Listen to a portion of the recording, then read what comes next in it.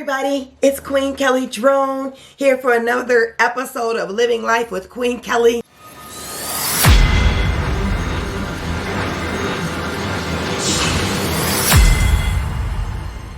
We're going to talk about how to overcome the uncertainty of now. There's a lot of uncertainties going on. There's a lot we could do so we can stay inspired and encouraged and motivated. And that's my goal in this episode in just 2 steps. Are you ready? Let's go. Living my life with Queen Kelly. Okay, 2 steps to overcoming the uncertainty of now. One is, a lot of what I'm going to say today is going to pertain to the women, the ladies, because that's what I am. So that's what I can speak from. But I want you to think to a time, men, you could do this too. Come on, come with me. I want you to think to a time where you were totally in love. If you're in love now, that's great and wonderful. But I mean that the time in love before you found out, before the honeymoon was over. Because for a lot of us, that time, those endorphins that go off before the honeymoon is over and you realize real life has to happen. Yeah, real life like smacks us in the face.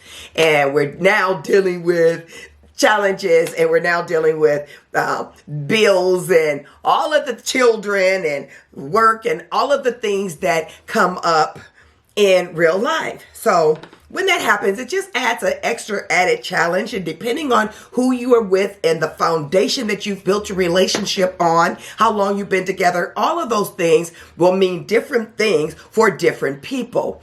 And for some, they are able to hone down, butt down. It's like us against the world. And you get that extra endorphins and that pleasure out of going through a challenge. And that's a really good thing when you know that you're with a person that you can totally trust and you totally love. And that's a wonderful thing. Okay, take that scenario, put it right here, set it right here. Now think of this scenario. When you were a child and whatever parent took care of you the best, whether it was your mom, dad, or you had a guardian, but you felt totally secure, totally loved, totally provided for, totally taken care of. Whoever that was for you, I need you to think of that person. They may still be alive, they may not, but whatever the feeling, I need you to tap into the feeling of having that moment. Even more than the person, I want you to tap into the emotion of it. Okay? You got that? Maybe for some of you, it wasn't a parent or a guardian. Maybe for some of you, it wasn't even a spouse, or a relationship. Maybe for some of you, it was your bestie. It's your best friend. The one that you can tell everything to, the one that's your ride or die, the one that's you can be totally yourself, transparent, and they're going to love you. They're going to love you no matter what. That's what they're going to do. So I want you to think of that person.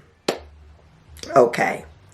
The second thing I want to say is, when you think of that person, we're still on step 1.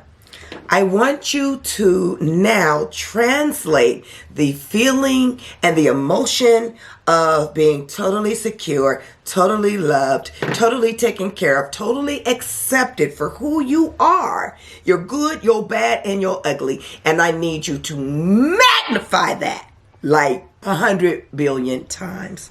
It's not even possible. You can't even fathom it. You don't even know what that's like.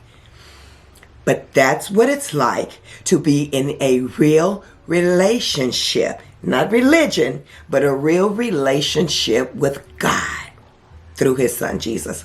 That's what it feels like. It feels like euphoric.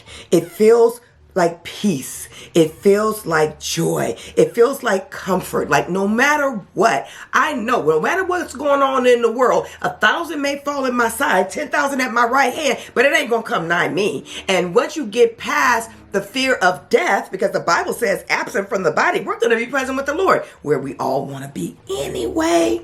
So once you get past the fear of death, and it's like, okay, come on, bring it on. Oh, I'm dying today. Yay. You know, once you get past the perception of things being a bad thing, you're able to step over into another dimension, a dimension where you can have that joy and that peace. So I asked you those questions because I want you to tap into the feeling and the emotion of that. And then I want you to know that that's what it's like being in a relationship with God. And that's how he wants all of us to be on a daily, moment by moment basis, where we're believing the promises he gave us, where we're believing in him to where he's a person, and the person of him can be totally trusted. You can count on him. He's going to provide for you, all of those wonderful things. Take that into your thoughts about your future. Can't you get excited? You could get excited about it, y'all. It's not a hype. It's not a, oh my goodness. The future holds for you uncertainty. But with that uncertainty, one thing you can be sure of is that if you have given your life to Christ, and if you are in right relationship with him, and that only comes from a prayer, y'all, come on. It doesn't come from the last time you sinned or how good of a person you think you are. None of that matters. It comes with a decision to accept him as Lord and decide, I'm going to do things your way. And yeah, we're going to mess up. We all do. We're human. And he understands that.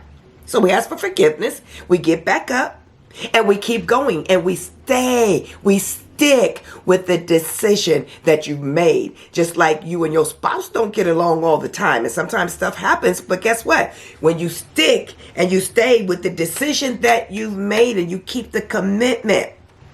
So you've got to think of not dating the Lord or not dating God, but being married to him, being one with him. Because when you are one with him, it's a different level. It's a different type of relationship, just like it is naturally. When you're dating somebody, you're dating and you're hopeful that maybe it will turn into something else, but you're not really sure if something happened today or tomorrow, if they really, really gonna have your back or not. And then you marry, and then you're still not totally sure, but you're at least more sure than you were when you were dating, when you were in the dating phase and you didn't really know the person. So my encouragement to you is not to date God. Don't date the Lord. Go on and marry him. He's longing for you to marry him. He's sending out an invitation to marry him. He wants to be your superhero. He wants to be that scene in the movie, that fairy tale. In fairy tales, it was always a happily ever after. But guess what? It's a happily ever after with him too. In the fairy tale or the movies, you're still going through challenges.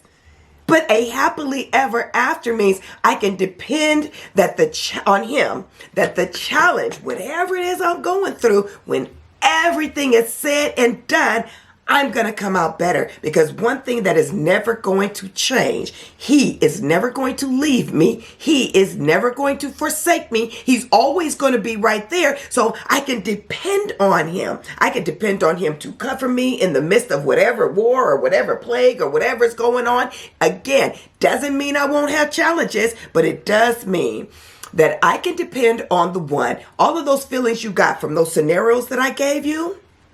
Now imagine that person that gives you that feeling, that you're able to now anchor that same feeling in someone who controls everything. Someone who has the power, who is omnipotent, who is all powerful. Someone who is omniscient, which means all knowing. And someone who is omnipresent, meaning he's always with you. He'll never leave you or forsake you. So we're not talking about a person or a human who has, is subject to error. Because even in a human's best attempt to make us happy and to do right, they're going to fail. Because a person outside of yourself is not responsible for your happiness anyway. But God, he is able to make all the rights wrong, make crooked places straight. I could go on and on with different cliches because he's so wonderful, darling. And when you get to that place in relationship with him where you totally depend on him, every day is beautiful. Every day is wonderful. You can look forward to every day because you know he's right there with you. And no matter what challenges come in that day, you know he's got your back and he's going to take care of you. Yeah? So I did that quick. 2 steps.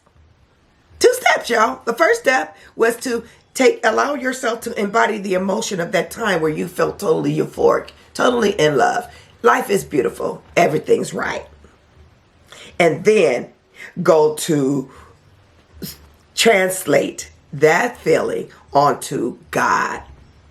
And I'll even give you the third step. Third step would be, whenever you're feeling challenged or a little lack of confidence, go back to that feeling. Go back to the fact that you understand that it's Him. Go back to the fact that you are anchored. Your soul is anchored. I know there's some things that God has done for us, y'all, that couldn't nobody else have done in all of our lives. You know it was God that did that for you. Go back to that. He's the same yesterday and forever. He'll never leave you or forsake you. And some of us think that it's dependent on how good of a person we are. It's not. He is the same. He loves you no matter what.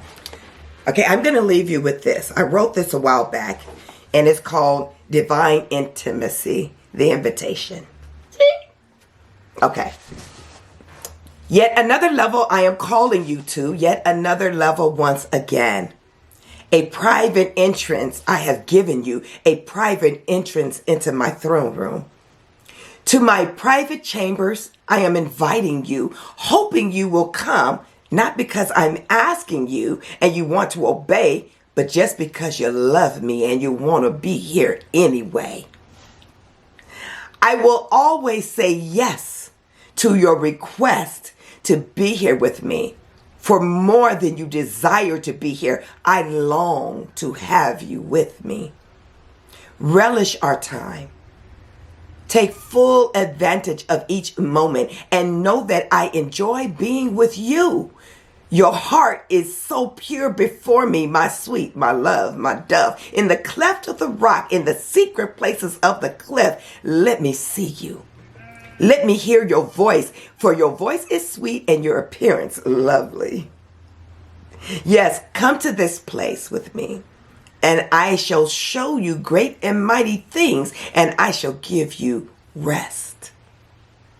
Rest from the toils of everyday life. Rest from the battles at hand.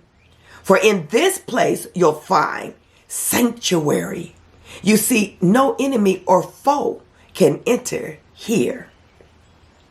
And as you leave this place in time of intimacy we share, know that my presence shall leave with you, and upon you the residue of our time together shall be known.